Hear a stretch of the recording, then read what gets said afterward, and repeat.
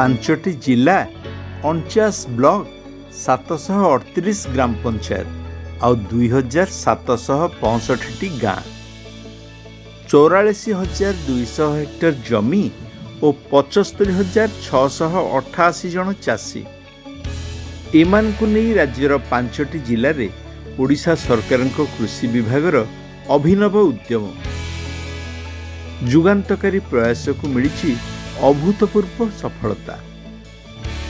ପଡ଼ିଆ ଜମିରେ ଫସଲ ଫଳିଛି ଆଉ ଗାଁ ଗାଁରେ ଖୁସିର ମୁରୁଜ ବୁଣିଛି ଏକ ଅନନ୍ୟ କାର୍ଯ୍ୟକ୍ରମ ଯାହାର ନାଁ CRFM comprehensive rice fallow management programme ବା ଧାନ ପରବର୍ତ୍ତୀ ପଡ଼ିଆ ଜମିରେ ଚାଷ କାର୍ଯ୍ୟକ୍ରମ।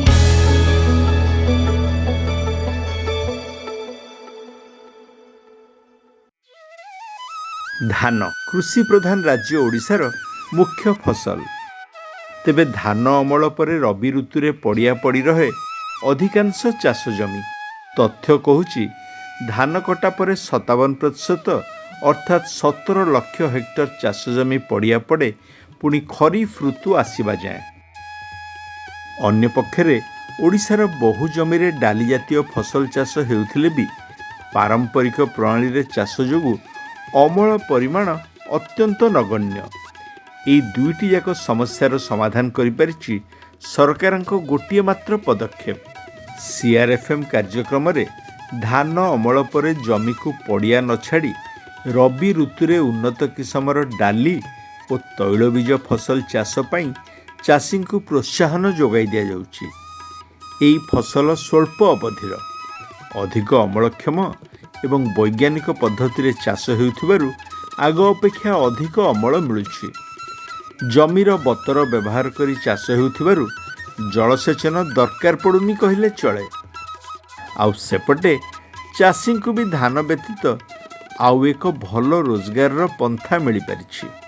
30 ବର୍ଷ ଆଜ୍ଞା ବାପା ଦାଦା ଆମର ପଡ଼ିଆ ପଡ଼ି ଆସିଥିଲା, ସେତେବେଳେ ମୁଗ କରନ୍ତି କାଁ ଭାଁ କରନ୍ତି, ଏବେ ଦବାରୁ ଭଲ ଫସଲ ବି ହେଇଛି, ଆମେ 2 ପଇସା ପାଇବୁ ବର୍ଷ। ଆମେ ପ୍ରାୟ ପାଖାପାଖି 40 ହେକ୍ଟର ଜମିରେ ଆମ ଗାଁରେ କରିଛୁ। ଆଉ ଯେଉଁ 40 ହେକ୍ଟର ଜମିରେ କରିଛୁ ଆଉ ଗଭର୍ଣ୍ଣମେଣ୍ଟ ତରଫରୁ ସବୁ ପ୍ରକାର PP କେମିକାଲଠୁ ଧରିକରି ମାଇକ୍ରୋନ୍ୟୁଟ୍ରିନ୍ ସବୁଗୁଡ଼ାକ ସାହାଯ୍ୟ ଆଉ ଏଲୋଷ୍ଟିକ୍ ବ୍ଲୁ ଷ୍ଟିକ୍ ଟ୍ରାପ୍ ଏବଂ ଫେରୋମନ୍ ଟ୍ରାପ୍ ଏ ସବୁଗୁଡ଼ାକ ଆଉ ଲାଇଟ୍ ଟ୍ରାପ୍ ମଧ୍ୟ ମିଳିଛି ଆମକୁ। ମୁଁ ଏ ବର୍ଷ କରିଥିଲି 5 ଏକର। 5 ଏକରରେ ଆମର ଆଗରୁ ଏକରକରେ ଜମା କୁଇଣ୍ଟାଲ ଲେଖା ହେଉଥିଲା, ଭଲ ହେଉନଥିଲା, ଜବା ଫବା ପୋକ ନାଗୁଥିଲେ। ଏ ସାର ଆଉ ଏ ଜୈବିକ ସାର ଆଉ ଆମର ଯେଉଁ ଔଷଧ ପକାଇଲା ପରେ ଏ ବର୍ଷ 2.5 କୁଇଣ୍ଟାଲରୁ 3 କୁଇଣ୍ଟାଲ ଭଳିଆ ଗୋଟା ଏକରରେ ଆମେ ପାଇଛୁ। ଏ ବର୍ଷ ଯେଉଁ ସୁଶ୍ରୀ ଇଏ ଭେରାଇଟିର ସୋରିଷ ଦେଲେ ସେଇଟା ଆମେ ଚାଷ କଲୁ। ସେ ଚାଷରେ ଆମର ପ୍ରତି ହେକ୍ଟରରେ 2 କୁଇଣ୍ଟାଲ 2.5 କୁଇଣ୍ଟାଲ ପାଖାପାଖି ଅଧିକା ଅମଳ ପାଇଲୁ। 2023-24 ବର୍ଷରେ ପ୍ରାଥମିକ ପର୍ଯ୍ୟାୟରେ ଓଡ଼ିଶାର ଅନ୍ୟାନ୍ୟ ଜିଲ୍ଲା ସାଙ୍ଗକୁ ସୁନ୍ଦରଗଡ଼, ଯାଜପୁର, ଖୋର୍ଦ୍ଧା, ପୁରୀ ଓ କଟକ ଜିଲ୍ଲାରେ କାର୍ଯ୍ୟକାରୀ ହୋଇଥିଲା CRFM ପ୍ରୋଗ୍ରାମ। କେଉଁଠି ମୁଗ, ବିରି ତ କେଉଁଠି ସୋରିଷ, ମସୁର, ବୁଟ ଆଦି ଫସଲ।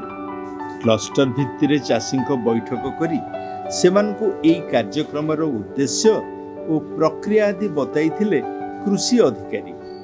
ଏହାପରେ ବେସରକାରୀ ସଂଗଠନ ସହାୟତାରେ ଚାଷୀଙ୍କୁ ଯୋଗାଇ ଦିଆଯାଇଥିଲା ପ୍ରାୟ 60 ଦିନରେ ଅମଳ ହେବା ଭଳି ଉନ୍ନତ କିସମର ବିହନ, ବିଶୋଧନ ଓ ଉପଚାର ପାଇଁ ଜୀବାଣୁ କଲଚର, ଜୈବିକ ପଦ୍ଧତିରେ କୀଟ ନିୟନ୍ତ୍ରଣ ପାଇଁ ନୀଳ ଓ ହଳଦିଆ ଅଠା, ଲାଇଟ୍ ଟ୍ରାପ୍ ଓ ଫେରୋମନ୍ ଟ୍ରାପ୍ ଏବଂ ଆବଶ୍ୟକ ସ୍ଥଳେ ରାସାୟନିକ କୀଟନାଶକ ଇତ୍ୟାଦି।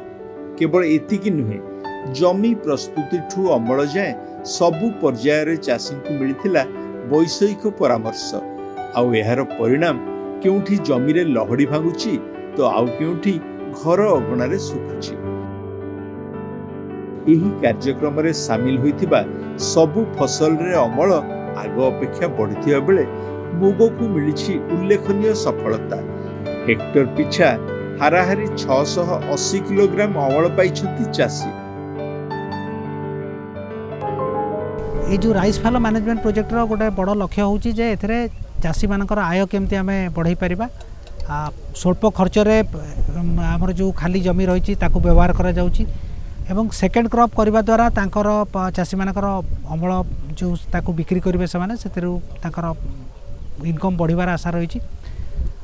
जदि आम हिसाब को नवा ये मुगर जदि देखा ड्यूरेशन ये मुगर 60 रु 70 दिन भीतर अमल हवा कथा ठीक दिन भितर मध्य ये अमल स्टेज रे पहुँची पारी जे निश्चित भाव जो धान परवर्ती जो पड़िया रखुले आज जो सरकार योजना माध्यम ये जो फसल टी मुग फसल टी नहीं चाषी निजर किसी निश्चित भाव उत्पादन लाभवान हेबे। अणजलसेचित जमी रे केमिति गोटे चाषी मान गोटे तृतीय सुजोग देवाई जी आम सरकार चिंताधारा भितर गोटे CRFM comprehensive rice फैल्यू management scheme रे ए वर्ष सरकार आम सुंदरगढ़ जिला को 27,900 हेक्टर गोटे प्रोग्राम करिसेंती। 10,000 हेक्टर रे आमे 5टी क्रॉप नेइछु जो थे कि तैलबीज फसल एवं डाल जातीय फसल रही।